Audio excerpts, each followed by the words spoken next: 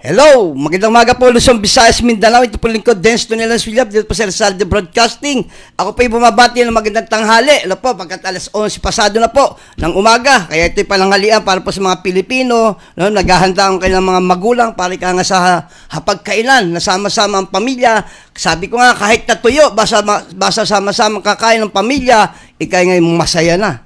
Yan po ha. At binabati ko na rin magandang tanghali ng aming po nga CEO na si Tita Mel Rizalde, yung po nga aming CEO executive na po, sa executive na si Chot Velasquez, at yung po nga magaling na broadcaster na po si Dr.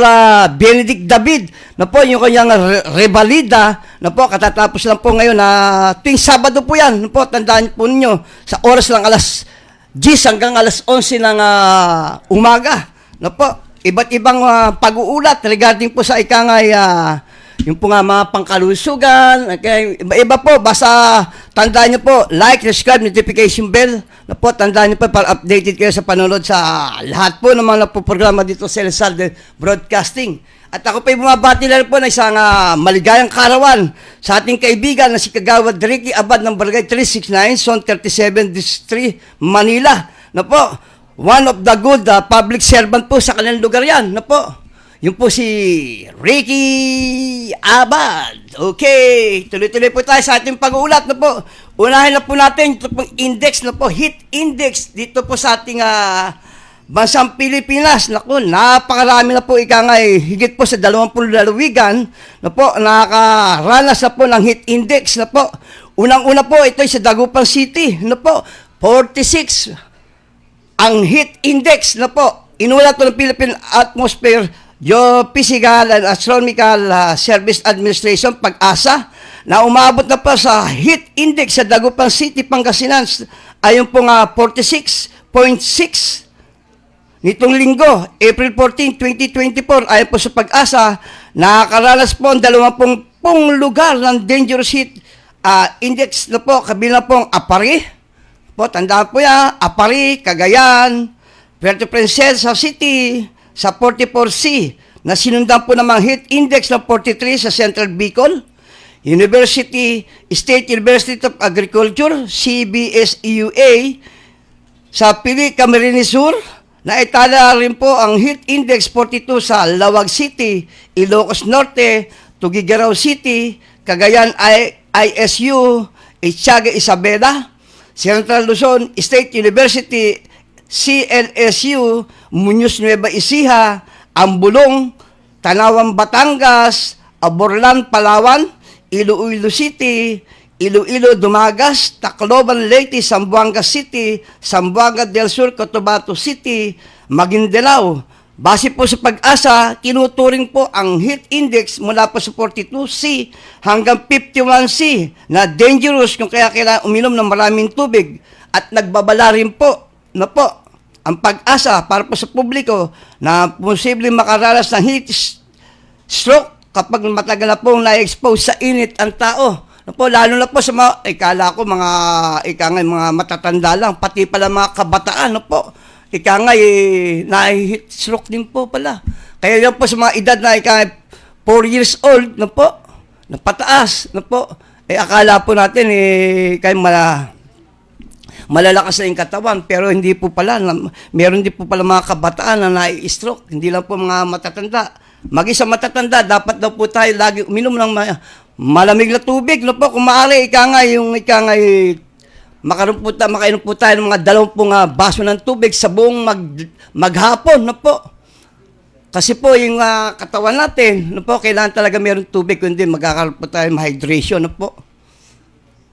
Yung pong madalas na heat stroke, na po, yung pong nasa labas, kagaya po ng mga nagtatraffic, mga kapulisan na nasa labas, na po.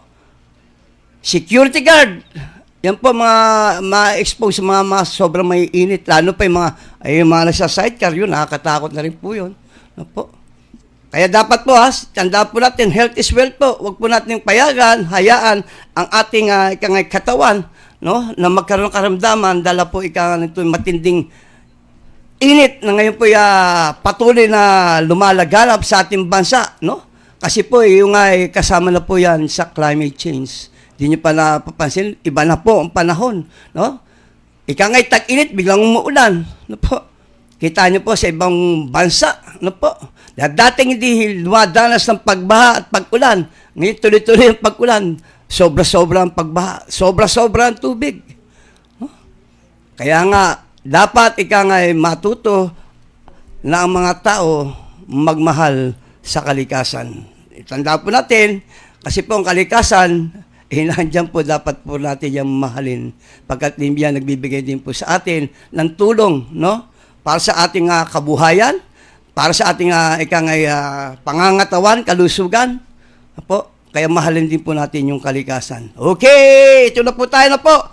Balikatan na po. 2024, itasan po ni Philippine Coast Guard, PCG Commandant Admiral Ronnie G. Galban, si Coast Guard Fleet nila na ihanda ang 6 na barko para sumabak sa 39 International Annual Balikatan Exercises na gagawin po sa Lunes, April 22. Ito pong darating po Lunes na po.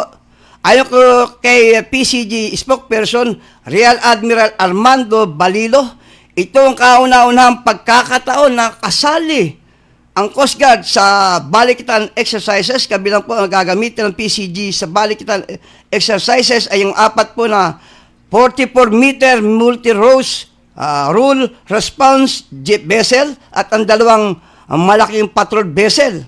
Ang mga nasabing barko ng mga regular na ginagamit sa Maritime Security Operation ng Exclusive Economic Zone EEZ ng bansa.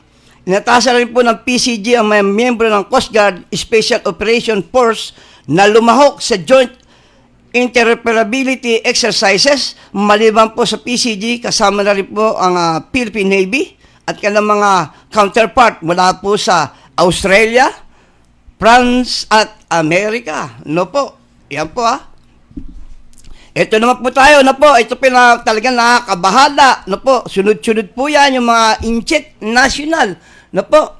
Ito po, Chinese national student, national, no?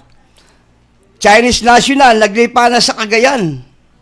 Naghahanap po ng resolusyon si Senadora Risa Hontiveros para imbestigahan ng Senado ang napaulat nila pong mga dayuang estudyante na nagbabayad milyong-milyong pisong halaga kapalit po ng diploma. Kaugnay nito, binurga po ng UP Professor Chester Cabalsa na ilan po sa mga Chinese students sa lalawigan ng Cagayan ang nagbayad po ng 2 milyon kapalit po ng diploma. Kahit mga hindi naman pa pumapasok sa universidad, ani ni Hontiveros. Maliban sa paglabag sa proseso ng immigration ay dapat na silipin ng Senado ang napaulat ng mga Chinese national sa paligid po ng EDCA sites. At kung may kilalaman ito sa pag-ulat at pagdami po ng Chinese student. Nang lalawigan ng Cagayan, isa po sa pinipiling EDCA sites kung saan po napaulat din po ang paglobo ng bilang ng mga Chinese student na nag-aaral doon. Gate po naman babatas na isa itong national security concern na dapat agad maimbestigahan. Naghihinala rin po si Hontiveros kung paglaganap ng Chinese students sa Cagayan ay panibagong kabanata pa ng pastillas scam.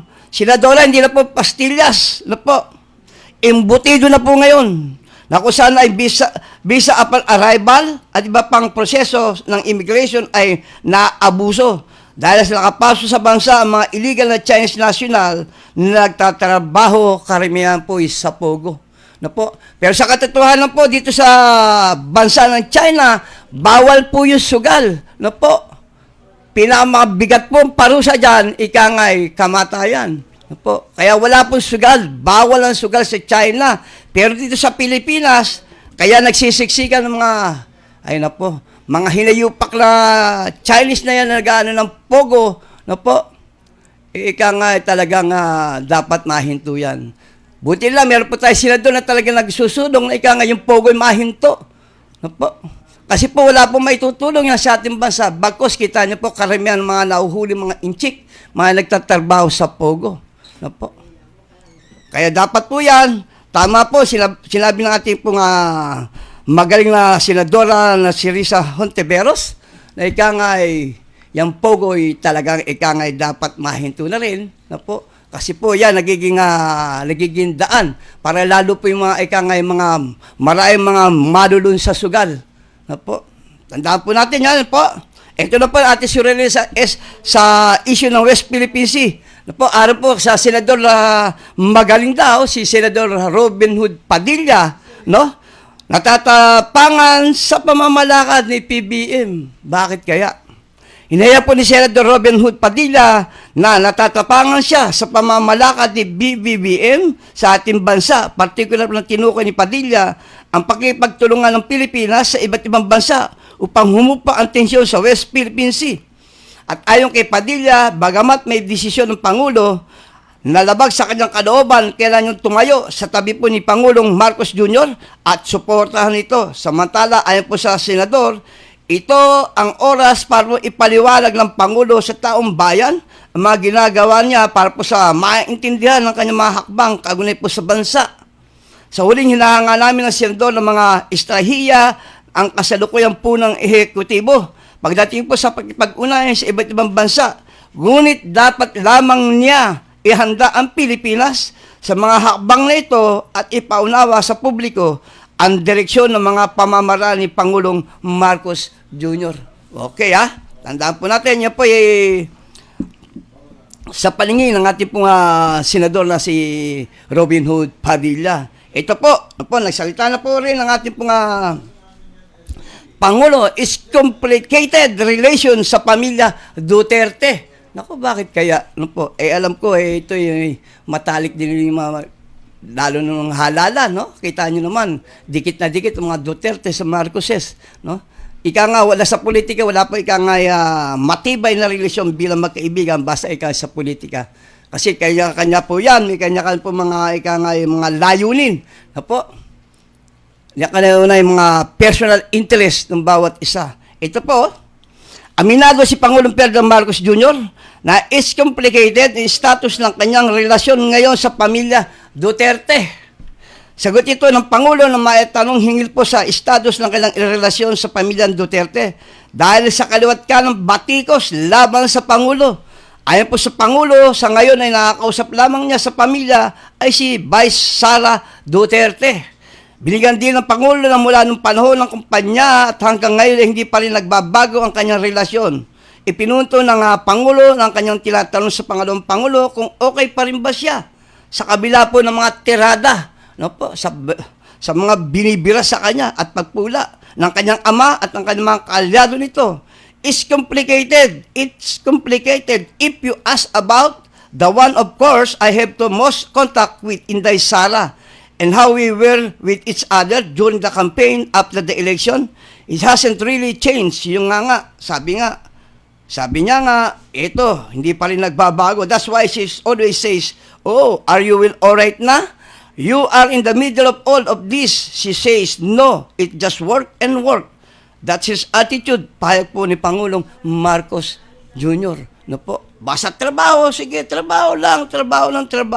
No po. Ito naman po tayo sa dati pong magaling na ewan ko, ito po yung nagsusulong dati. No po, hindi ko alam kung ano na nangyari sa sinusulong ng yung divorce. Ngayon naman ay gusto patalsikin ang ating Pangulo. No po, hinikayat ni Davao del Norte First District Representative Reserve Colonel Pantaleon Alvarez Pantalon Alvarez ng Forces of the Philippines na mag-withdraw ang kanilang suporta kay President Ferdinand Marcos Bongbong Jr. No po, nakiusap po ako sa inyo. We don't have to each other. We don't have a single shot. Simple lang. Sa mapayapang paraan. Paano po? Please withdraw your support to the Chief of Executive. Kapag po nag-withdraw kayo sa suporta sa kanya, wala na siyang ibang magagawa kundi bumaba sa pwesto niya. Giit na Alvarez ay talagang gustong-gusto nito, talagang mawala sa paglilingkod ng ating Pangulong Bongbong Marcos, nang gagaliiti. Po? Si Alvarez ay naging House Speaker sa unang 2 taon, 2016-2018, sa termino ni ex-President Rudy Duterte, nang mapag-initan siya ng anak ni Duterte, noy Davao City Mayor, ngayon ay Vice President Sara Duterte Carpio.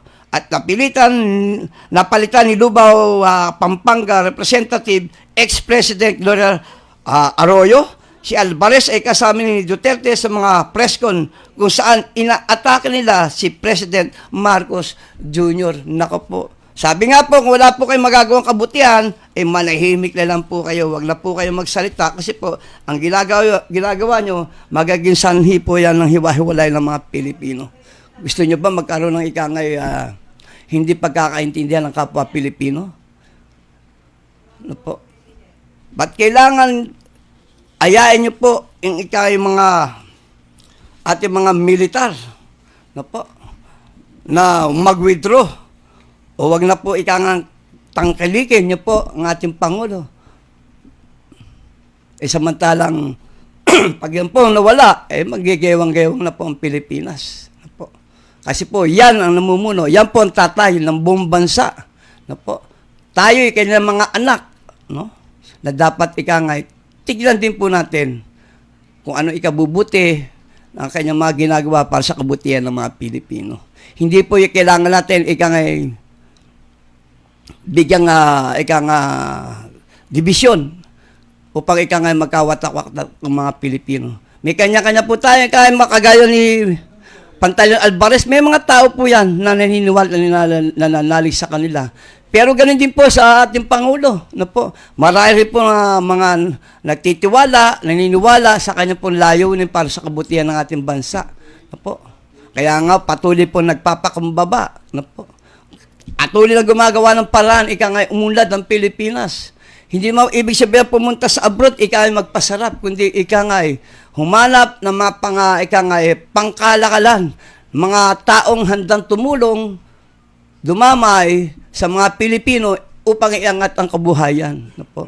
Upang umangat ang bansa, makilala sa buong mundo. Hindi pumunta sa abroad para magpakasarap. Kasi po maraming umuhusga, maraming mga umahatol. Ganyan yata ang talaga ugali ng mga Pilipino, masyado judgmental. Sana po, wag po natin, tulungan po natin kasi kailangan po natin tulungan natin Pangulo para po sa ikaulad, ikabubuti ng ating bansa. May nakikita man kayong kamalian, inakanyong, tignan nyo muna po. Hindi naman po lahat ng mga ginagawa ng ating pong Pangulo, inakala po natin hindi maganda. Hindi po yung gagawa ng bagay, hindi po ikabubuti ng ating bansa. Lahat yung mga ginagawa yan para sa kabutihan ng mamamayang Pilipino.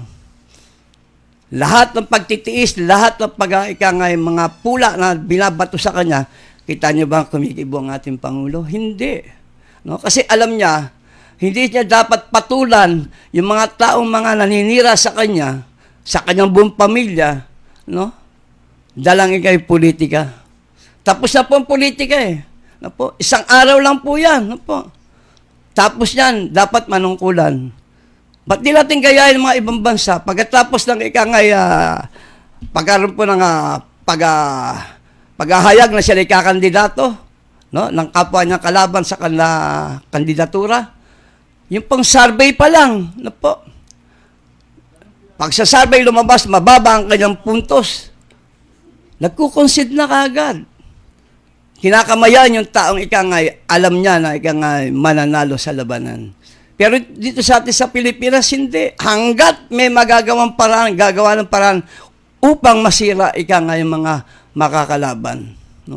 Hindi naman malo kasi Pilipino tumanggap ng pagkatalo. Pag natalo sa halalan, dinaya. Yan po ang madalas lumalabas sa bibig ng tao, lalo mga Pilipino, mga kandidato. Mga karami naman sa kandidato, may sarili-sarili mga naman po yan. Personal interest. Secondary lang po yung talagang tulong para sa mga mga constituent niya. Hindi naman po lahat ng mga politiko, ganyan. Meron talagang nakita ko na tinatawag natin public servant. Ito, barangay chairman lang to. Pero nakita ko yung talagang dedikasyon. Ang kanyang pagmamahal sa mga constituent niya. Hindi ko na po babanggitin yan, pero nakabalik po muli sa kanyang paglilingkod bilang barangay chairman. Pero nakita ko niyang pagsusumikap niya. Bagamat siya na rin po ika nga gumagastos ng ika pangangailangan muna ng kanyang barangay. Ano po? Buhat po sa kanyang bulsa yan. Ano po? Na hindi mo kailangan. Kasi matagal bago dumating ika nga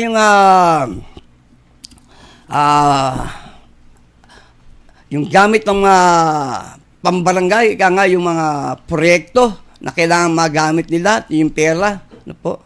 Pero yung pong chairman na binabanggit ko, hindi mo po makakita, ika nga gano'n ang kailangan. Yung gumagawa ng paraan para ika nga maiayos yung kanyang barangay. Ano po? Kaya sa dating ika nga barangay na pinalitan niya na ika nga wala yatang nagawa sa mabuti sa kanyang barangay. Tandaan po natin po, iba po yung public servant, kagaya po ng ating Pangulo, talagang public servant po yan. Ika niya po, lahat ng pagkakataon, lahat ng mga bagay na nakabubuti ng bansa, ginagawa po yan ng ating pong Pangulo. Kaya wag na po natin, ika nga, kung wala po kayo magagawang kabutihan para po sa ating Pangulo, para manahimik na lang po tayo. Na po, bagkus, mas magandang manahimik ka, tignan mo lahat, may maitutulong ka para sa kabutihan, gawin mo. Yan po mas mainam. No? Ito po, ano po? Ito po, kagaya na ito po. Davao del Norte sa First District Representative Pantaleon Alvarez naniniwalang wala siyang nilabag na batas sa kanyang panawagan sa AFP. Anak lang ha po, wala ka bang kasalanan yung sabihin mong withdrawin nyo? Yun po, yung supportan nyo. No? Sa pamamahala. Chip of, ano yan no? Sa lahat ng mga sanghay ng pamahalaan ng Pilipinas, hawak po ng ating Pangulo. At uutusan mo ang ating militar at mga kapulisan na mag-withdraw. Ano kasasapitan ng ating bansa? Tapos ngayon, humihingi ka naman ng pamanhin. Ano ka ng hapon, the damage is done. Ika nga nailabas mo na yun sa iyong bibig. Hindi mo na mababawi yan. Kahit ano pang gawin pagtatakip. Kasi nag-imbita ka na ng mga bagay ng mga ikangay maaaring humantong sa hindi magandang bagay. At ngayon mihingi ka ng paumanhin, no? Sa mga nasaktan, sa panawagan mo sa AAP na bawin ang suporta kay Pangulong Marcos. Baka madali ka lang sedation yan. Yan po ikangay pagtataksil sa ating bansa. Ano po? Kasi naghihikayat ka ng mga bagay na hindi maganda. Nako, hintayin natin. Ano po? Ito naman po tayo. Ano po? Ito yung po Singapore. Ano po? Tinitiyak ng Singapore government na po na makikipagtulungan sila sa Pilipinas para palakasin ang korporasyon sa larangan po ng defense, maritime security, at enerhiya at ekonomiya. Kita mo kasi marami pong bansa no po, na ikangay rumirespeto no po, at tumutulong sa ating bansa. No po. Kita nyo po mga bansa na mismo ikangay makikipagtulungan no po, para po sa ikabubuti ng ating bansa. Yan po, isa lang po Singapore. No po. Inunsad po ng BIPAR at Department of Agriculture ang programang Layag sa West Philippine Sea na layong mapakinabangan ng mga Pilipino ang yaman dagat sa West Philippine Sea. Kasi po yung ating pong karagatan na yan ay marami po talagang magagandang isda. No po. Po yung mga hinuhuli ng ating pong mga mangingisda. No po. Ngunit yung mga hinuhuli, pag nakuha ng mga Chinese Coast Guard, binabalik sa kalang bansa. At tapos, ibabalik sa ating bansang Pilipinas at binibenta. Yan po tinatawag dyan, peace migration. Po. Kaya gusto nila yan no? Yung area na yan, yung magagandang isda, mga tuna. No? Ang lalaki niya, ang gaganda, ang sasarap. Pero dapat po natin tandaan, yung West Philippine Sea ay nasa pamamahalapin po natin ng bansang Pilipinas. Sa Lunes po, tatalakayin namin ni kapatid na Alerto Balita. No po, sinabi niya nga po, nung kahapon, yung pong suler niyan po sa yung isla. No po, mga isla ng Pilipinas, ilan? No po, At nakita po, nabuksan na po yung tinatawag na, ano yung Kuya Chot? Pandora's Box. Ayan pa, tatalakayin po natin yan sa Lunes. Na po, upang marinig at baka makalampag natin yung pamahalaan ng China na meron palang katibayan ang bansang Pilipinas ang talaga pong sakop natin yung West Philippine Sea. Yan Ito naman po, yung sinabi ko nga po, nagsusulput ang mga Chinese student na po sa Cagayan de Oro na po, pinawira po ni Governor Mamba ng Cagayan ang pangamba ng ilang posibleng banta sa pambansang seguridad ang paglagsa ng maraming Chinese sa kanang lugar na po. Pati hindi ka parang hindi ka mangangamba na po. Kailan lang may nahuling yung sa kondominium ng Inchik na po, na maraming mga baril, hindi ordinaryong baril, kundi baril na panlaban sa digmaan. Mga high power, may bandera pa ng Chinese na po. Tapos meron pa mga helmet. Preparasyon para magkaroon man ng kaguluhan, talagang handa yung mga Inchik na narito sa ating bansa. Kagaya po dyan sa national, multinational, sa Parañaque, may mga Inchik pala dyan, mga nagja-jogging, mga nakayin, athletic attire. Opo. At mga mukha sundalo, matataas na, matitikas na lalaki, no? Higit daw 100 katao. Diyan po sa may multinational, sa may Parañaque. Po, at nagtayo pa ng mga mga restaurant at mga spa. Ang masakit pa nito, exclusive lang daw po yung mga spa para sa mga Chinese. Nako, baka merong OAP. Subaybay nyo na po yung lugar na yan. Talaga pong, kung baka exclusive, baka merong mga hokos-hokos dyan sa loob dyan. No? Hindi pala pwede mga Pilipinong pumasok na, kundi mga Inchik lang. Baka mga nagkakaroon na pa ng pag-uusap-usap dyan. At baka mabulaga tayo. Ano po? Kasi nagkalat na po mga Chinese dito sa ating bansa. At baka matulala lang po tayo pagdating ng panahon. Kaya nga po, buti lang, mayroon po tayo magagaling pa rin mga senador na po, na talagang gumagawa ng paraan para ma-aksyonan po yung mga Chinese na maglipa na. Para sa immigration, tignan po natin paano po nakalusot lahat ng mga iyan. Saan po sa backdoor? Ano nang naging dyan? Di si Eddie. Pati si Patty. Dalawa na po yan. Nag-combine na po yan. Pare-pareng pera-pera lang ang laban.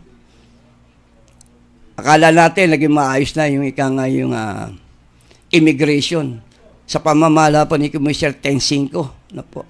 Baka hindi na 10-5, 10-20 na po.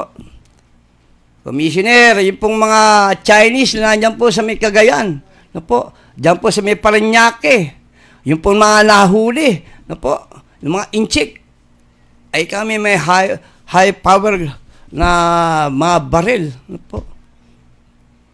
Sana nga, dapat ka talaga siguro, paano natin mahihigpitan mga bagay na yan.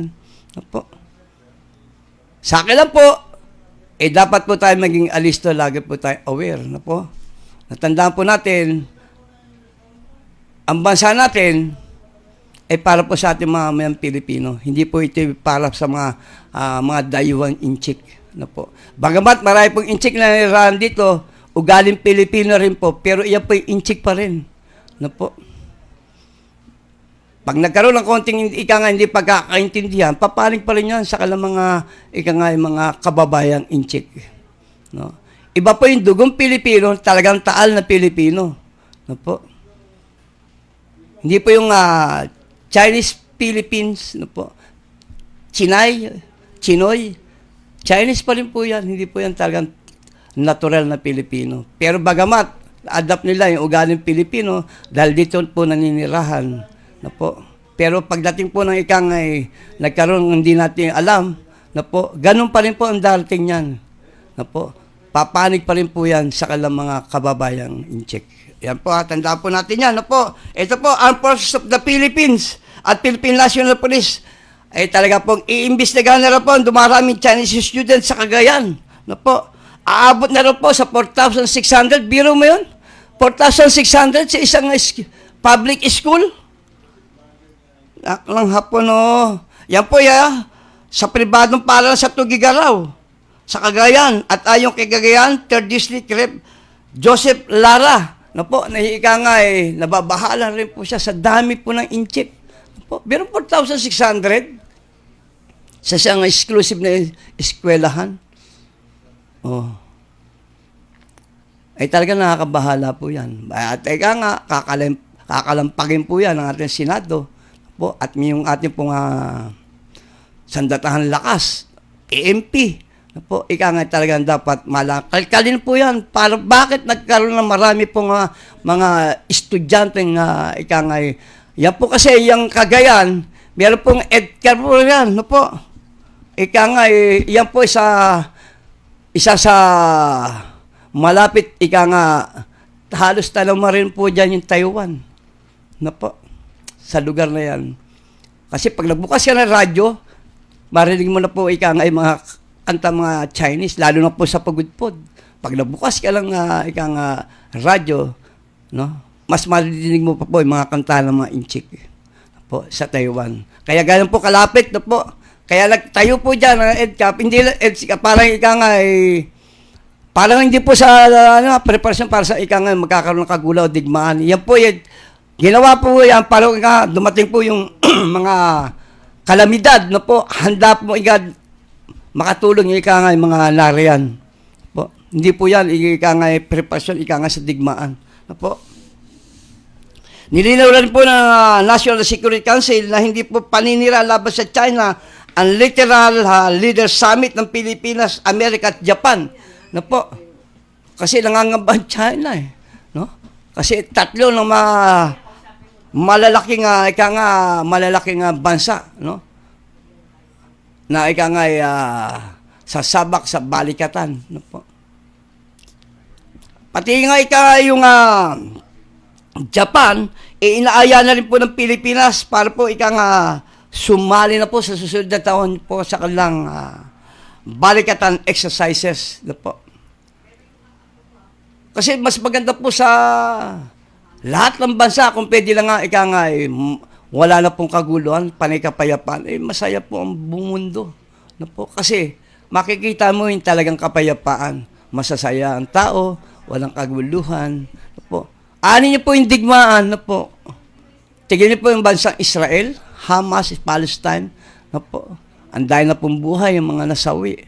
Mga kabataan, mga batang walang kaalam-alam sa kaguluhan. Maging din po sa Ukraine at Russia.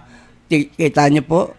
At yung mga mamayan, na po, mga nagsilisan, lumayo sa kalang lugar. Ika nga, ayaw masangkot sa kaguluhan. Kasi po, kapag may kapayapaan, na po, kahit ika nga saan ka pumunta at gumala, hindi ka nangagamba. Kasi ika nga, panatag ang iyong kalooban. Na po. Tandaan po natin yan, mas masarap mabuhay na po, na may kapanatagan ng kalooban. Paghiga mo sa pagtulog mo, no? Payapa ang iyong isip. Hindi ka nangagamba. Hindi katulad ng may mga kagulang nagaganap. No po. Hindi ka mapakali. Kahit ano pa gawin mo. Hindi ka makatulog. Nadinig mo putok. No po, na malalakas. Makihiring mo yung mga hiyaw, sigaw, iyak. No po. Nakakilabot maramdaman yung mga bagay na ito na hindi maganda. Tandaan po natin, wala po nananalo sa larangan po ng digmaan. Pareho po kayong talo. No po. Ito lang po tayo. At ayon naman po kay President Bongbong Marcos, paggaganayan lang po ng Mutual Defense Treaty sa pagitan po ng Pilipinas at Amerika kapag kung may napatay na sundalong Pilipino na Philippine Navy, Coast Guard at Maritime Militia. No po. Militia. No po. Na hindi po gagamitin, no po, ng Mutual Defense Treaty. ng Pilipinas at Amerika. Hanggat wala po ikang dumadanak ng dugo. Bagkus, manatili pa rin pong neutral, nasa kapayapaan pa rin po ang ating Pangulo na naghahangat ika nga ng pagkakasundo-sundo. No po.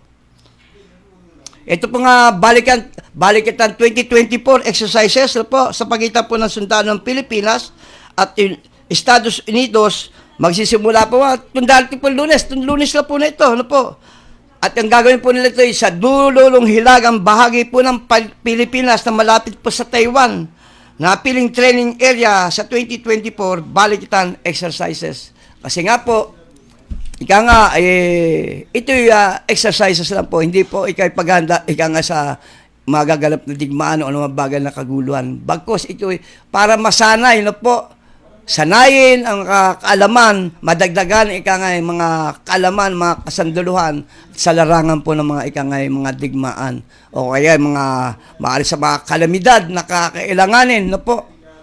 Hindi naman porket nag-exercises, ika nga nagpapakita ng lakas o kaya naghahamok ng kaguluhan.